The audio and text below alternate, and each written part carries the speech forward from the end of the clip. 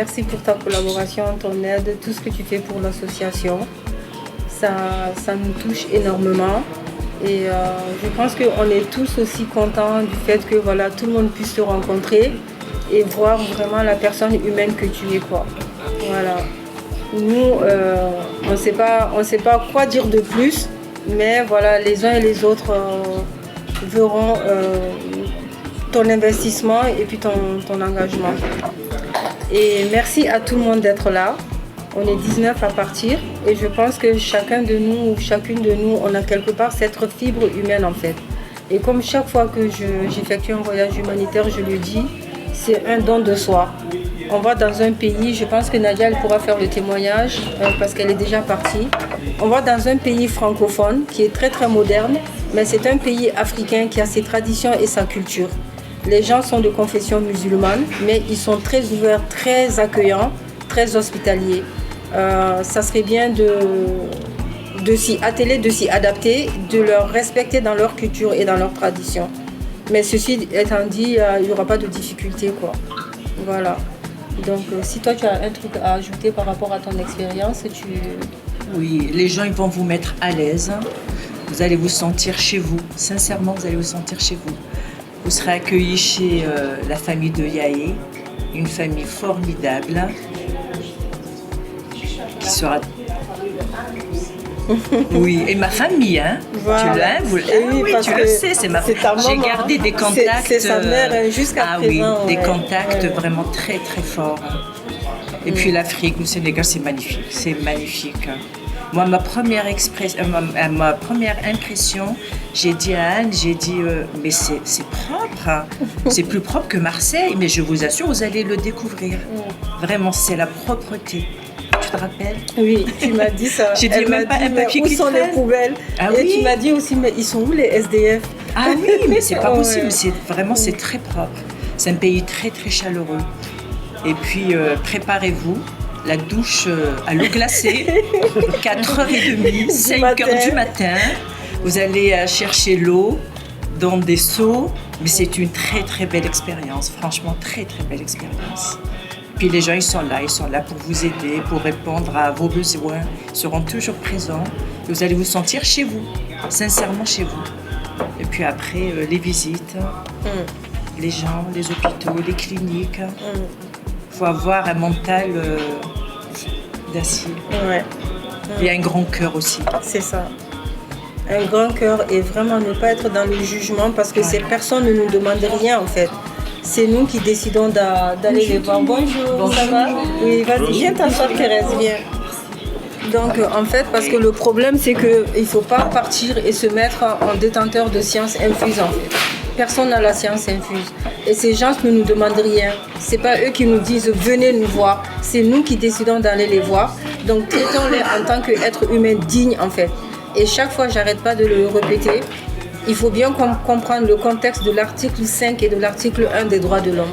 Nous sommes tous égaux à la naissance et nous sommes tous des êtres humains. Que l'on soit noir, blanc, jaune, rouge, il y a un seul truc qui véhicule en chacun de nous, c'est le cerveau. Et ne pas être dans le jugement et puis ne pas se dire bon ben moi je viens, je fais ça. On donne, mais en même temps qu'on donne, ce qu'on reçoit aussi. Parce qu'ils nous guérissent ces gens, ils nous guérissent moralement, ils nous donnent la possibilité de peaufiner nos expériences, nos techniques. Et moi j'ai toujours dit aller vers l'autre, c'est couper les barrières. Et lorsque les barrières sont compliquées, on révèle au fond de soi-même la personne la plus belle qui existe entre nous. Excuse me, I have to talk in French, but after I will explain you everything. I'm very sorry, ok? Et donc, du coup, voilà, c'est absence de jugement, essayer de comprendre parce que quand on va en Inde, ou quand on va en Asie ou quand on va en Afrique, même quand on va en Arménie, en général, les gens, ils sont expressifs en fait. Ils sont dans leur élément naturel. Et donc, il y a des enfants qui vont venir, qui vont se mettre tout autour et tout. Je pense que quand on est bon et qu'on est humain, c'est des choses qu'on comprendra. C'est des cultures qui sont complètement différentes, mais quand on décide d'aller quelque part, la même chose se passe en France. Hein.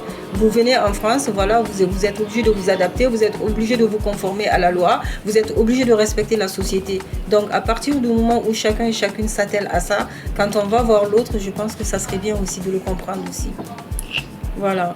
Et on est beaucoup dans le groupe. Il y a, je crois, 45 ou 48 personnes. Il y a des gens qui ont donné des dons, mais qui ont voulu rester dans l'anonymat parce qu'ils ont dit que voilà, quand on est dans l'humanitaire, c'est un engagement, c'est une philosophie de vie, c'est un concept et qu'on n'a pas besoin d'être visible pour montrer c'est moi, je. Et après moi, compte tenu de mon avancée humainement parlant dans la vie, je me dois quand même de faire le témoignage. C'est pour ça que j'ai mis dans le groupe. Il y a certains noms que je n'ai pas cités, mais il y a d'autres noms que j'ai cités parce qu'elles m'ont donné, ces personnes, la permission. Donc voilà. Et l'année dernière, quand on est arrivé, il y a beaucoup qui m'ont reproché pourquoi quand tu pars dans les autres associations, on demande des cotisations aux gens. Moi, je n'impose rien. Et je crois que j'en ai discuté avec Yaï, Martine et Minette. J'impose rien. C'est à la volonté de la personne. Il faut se mettre libre. Il faut se mettre dans la tête que le coût d'une action humanitaire, c'est entre 1500 et 1800 euros. Il y a d'autres qui donnent des cotisations dès qu'il y a des réunions. Mais moi, je n'impose rien du tout parce que je me dis, humainement parlant, on va voir. Quand on voit ce qu'on a envie de faire, on le fait. Quand on a été l'année dernière à l'orphelinat, Yaï et Nadia peuvent témoigner. Il y a eu beaucoup d'émotions. Et en fait, les sous, on les a sortis sans... En fait, c'est naturel. On sort et puis on donne. On n'avait pas d'habits. Cette fois-ci, on a un peu d'habits. Mais les gens ont surtout besoin de matériel efficace, quoi, comme les couches, les traitements et surtout de l'argent pour manger. Tu peux faire le témoignage de la fille qui travaillait là-bas, qui nous a dit, on était toutes en pleurs en fait, tellement que c'était... Mais elle faisait du bénévolat.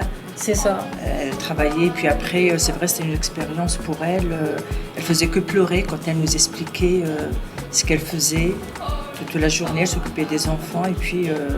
c'était sa deuxième maison, l'orphelinat. C'est ça. Elle était jeune, elle avait 27 ans. Ouais, très très jeune. Puis ça nous a touchés. Préparer des mouchoirs, des paquets de mouchoirs. Là, vous allez pleurer pendant tout le séjour. Ça, c'est... Ouais.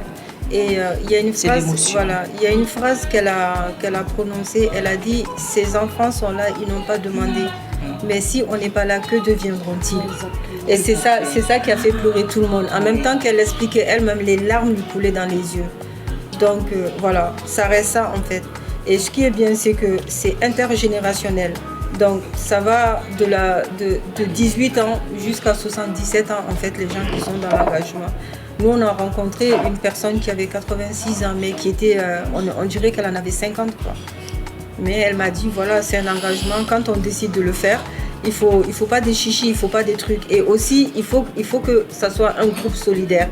Par exemple, les médecins du groupe n'ont pas fait de tests psychologiques. Mais il y a d'autres associations, d'autres ONG, où carrément il y a des psychologues qui reçoivent des personnes pour voir la mentalité commencer. Pour voir les gens qui sont capables, par exemple, d'être derrière, de créer la zizanie. On n'a pas le temps de ça. On n'a pas le temps. On est solidaires entre nous. Quand il y a un problème, l'année dernière, il y a eu un petit souci avec une qui était partie, mais on s'est tous soudés en fait. On était là. Même, tu n'as pas de pâte dentifrice, il n'y a pas de souci. Tu prends, c'est ça l'humanitaire en fait. Donc c'est vraiment le partage, le don de soi au profit de l'autre. Et on guérit de ça. Il y a des gens qui sont anorexiques, qui sont partis. On dirait que jamais ils l'ont été. Il y a des gens qui étaient boulimiques, il y a des gens qui se disaient qu'ils étaient bipolaires. Et l'action humanitaire les a guéris. En fait, moi, je me suis mise dans la tête que ces personnes n'étaient pas malades. C'est tout simplement que la personne qui était au fond de leur corps ne s'était pas révélée. Parce qu'on est dans une société, il faut le dire, c'est pas facile. Continuellement, c'est un harcèlement psychologique. Les gens sont tout le temps en train de parler sur le dos des uns et des autres. On essaie comme si il faut disperser, il faut diviser pour être visible. Alors que la lumière de l'autre, on ne peut jamais la voir. Parce que dès la naissance de l'individu, en fait, ce que le bon Dieu il a tracé pour toi et ce que les parents font de toi, c'est pas pareil. Dans ma table, par exemple, chez moi ou chez Nadia, on peut parler de l'humanité, expliquer aux gens. Donc, tu grandis avec un concept qui révèle l'être que tu es. Mais il y a d'autres endroits où c'est la haine de l'autre qu'on développe. Et donc, tu peux être une bonne personne sans pour autant le savoir. Et tu peux avoir des maladies, prendre des antidépresseurs. Parce que tout simplement, tu es dans un concept. Et je le dis tout le temps, soyez vous-même. Quand vous aimez, peu importe la personne qui va être devant vous, révélez que vous aimez la personne. Il faut laisser son identité être perturbée en fonction de qui que ce soit. Sinon, on est en perte d'identité, on ne sait pas qui on est. On ne sait pas où on veut aller, on ne sait pas d'où on vient.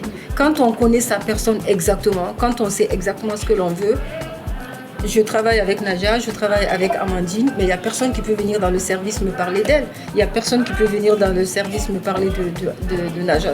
Parce que mes oreilles n'aiment pas entendre la zizanie, la séparation, la calomnie.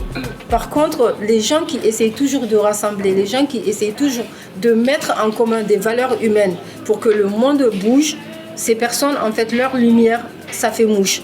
Et ça crée tout le temps des jalousies et il y a tout le temps des quiproquos. Mais moi, ces turpitudes-là, je ne rentre pas dedans. Donc, on va y aller. Nous sommes un groupe de femmes et d'hommes. Soyons entre nous, soyons solidaires. Et il y a quoi que ce soit, ce n'est pas la coercition. Il n'y a pas de censure au niveau de la parole. Tout se dit, tout se comprend et tout se résout entre nous. Donc, c'est tout ce que j'avais à dire. Donc, arrivé Dakar, on appelle Dakar en fait la petite France. Il y a des endroits où on va aller intervenir. Après, peut-être qu'il ne faut pas qu'on dise tout pour qu'eux-mêmes... Oui, il faut laisser la surprise, voilà, il faut les laisser découvrir. Un tout petit peu. Oui, ça a été le cas pour Nadia et pour toutes les infirmières, les aides-soignantes qui sont parties. Et voilà, c'est un pays qui est à 98% musulman, mais il y a des chrétiens, il y a des bouddhistes, il y a en fait tout ce que l'on voit à travers le monde, on découvre à Dakar. Il y a des hindous, il y a des chinois, il y a des antillais, il y a des martiniquais, il y a des africains d'autres endroits. Mais c'est un pays, c'est le pays de la teranga, c'est-à-dire la teranga en wolof, ça veut dire l'hospitalité. Et quand on arrive, dès qu'on descend en fait, j'ai la chair de poule en parlant de ça. En fait, on a l'impression que ce pays nous appartient quelque part. Est-ce que c'est dû au fait aussi parce qu'il y a eu l'île de Gorée qui a été le berceau de l'esclavage? On est tous issus de ça. Moi qui suis en train de vous parler, d'un côté j'ai des parents qui sont blancs, d'autre côté des parents qui sont noirs, mais c'est un melting pot, ça fait l'échange. Et je pense que Martine, Naja, Yaï, on est tous bercés par ça, quoi, mais ça pose aucun souci. Et s'il y a un pays vraiment qui est vraiment un pays du melting pot au Sénégal, en Afrique, je dirais que c'est le Sahel. Le Sahel, ça englobe la Mauritanie, le Sénégal, le Burkina Faso, le Niger, la Centrafrique, le Tchad. C'est ces gens qui ont quitté depuis la Nubie au bas de l'Afrique, où les premiers hommes sont apparus et qui sont venus, qui ont fait la transhumance jusqu'au niveau de cette partie-là. Et donc, c'est des gens qui sont mélangés, qui ont des origines hindoues, qui ont des origines européennes, qui ont des origines chinoises, arabes, et voilà quoi. Naja, elle est partie. Après, je dirais nos pays sont frontaliers, donc du coup, on est frères et sœurs. Mais elle a été étonnée, la phrase qu'elle a sortie, quand on était dans le sud de la France, je suis chez moi.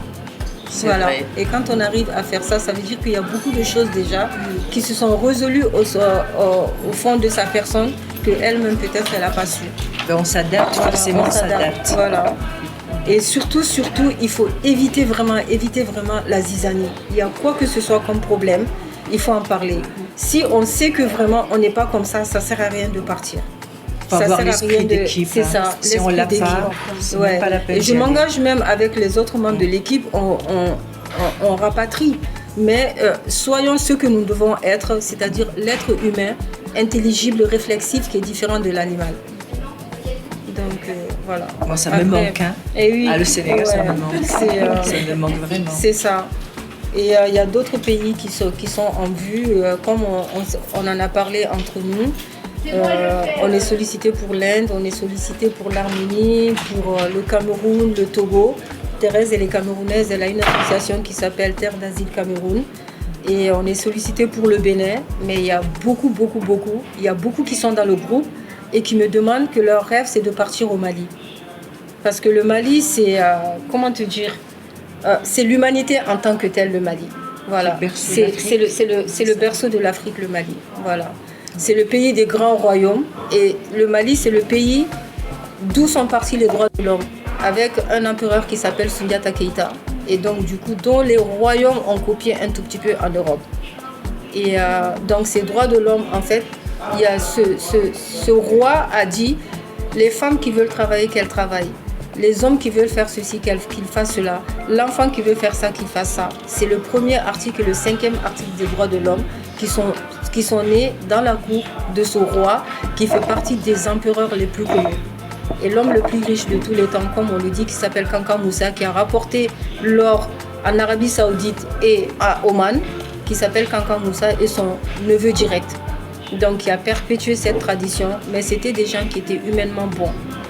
Parce qu'ils ont véhiculé à travers le monde entier, que ce soit au niveau des Berbères qu'on appelle un peu les Byzantins, toute la partie sud de l'Europe, et au niveau des Asiatiques qu'on appelle les Indo-Européens. Ils ont montré en fait que voilà, le berceau c'est ça en fait. Donc, on va pas continuer ça autour du feu. Exactement, autour du feu là. C'est ça. Et justement, je voulais profiter de ça. Voilà, quand on va aller en Casamance, ça fait 2 siècles, c'est ça qu'il nous avait dit, non, le chef du village, que les enfants qui apprenaient les versets coraniques, le feu ça fait 200 ans que le feu est allumé, il n'est toujours pas éteint. Et donc, il y a des enfants qui sont tout autour. C'est la religion musulmane, mais la religion musulmane, elle est née de la religion chrétienne. Donc, tout chrétien et tout musulman qui se respecte, je mettrai une petite vidéo plus tard dans le groupe pour qu'on comprenne. Il y a un imam, c'est presque un mollah en fait de l'Iran et de l'Irak, un perse qui explique un tout petit peu ça. Donc, on va être victime de ça. Pas victime, mais on va assister à ça. C'est juste, il faut les respecter dans ce contexte. On va être reçu par les chefs de village, on va être reçu par les maires, on va être reçu par le secrétaire général des municipalités, qui est l'équivalent du secrétaire général d'ici. C'est comme si on allait voir, je sais pas, le chef de Godin et puis on se permettait des choses, c'est pas possible. Donc moi, tout ce que je demande, c'est adaptation et humanitude. Parce que l'humanitude, ça va au-delà de l'humanitaire en fait. Donc quand on est dans l'humanitude, on est dans la compréhension directe de l'être humain en tant qu'être biologique, être social et être psychologique. Et après, le jugement n'a pas sa valeur. On reste des êtres humains, mais dès qu'il y a un problème seulement, il faut en parler.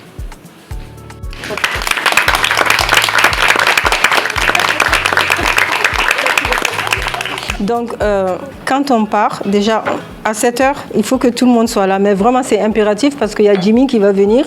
Il va se déplacer, c'est loin. Donc, après lui, il faut qu'il revienne après. Donc, il va nous filmer, il va nous interviewer.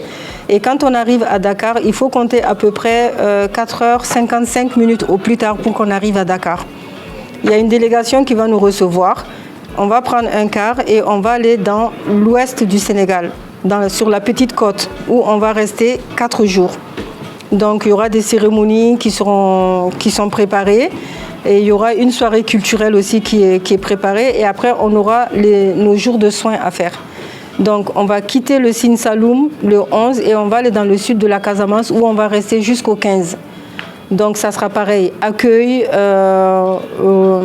activités culturelles et puis soins médicaux et soins infirmiers. Avec remise en forme tous les matins par la coach sportive. Et ensuite, quand on arrive à Dakar, le 16, on est de repos. Le 17 et le 18, on va intervenir au Parcelles Asseni, qui est une banlieue de Dakar. C'est comme si on quittait Marseille, on allait à Aix pour intervenir.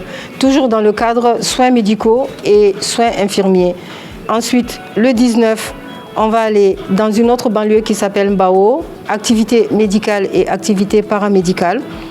Et le 20 et le 21, c'est le repos, visite des monuments de Dakar, visite de la zone animalière. Et le 22, départ pour Marseille. Voilà. Préparez vos kits infirmiers. Préparez vos kits infirmiers, mettez-les là. Voilà.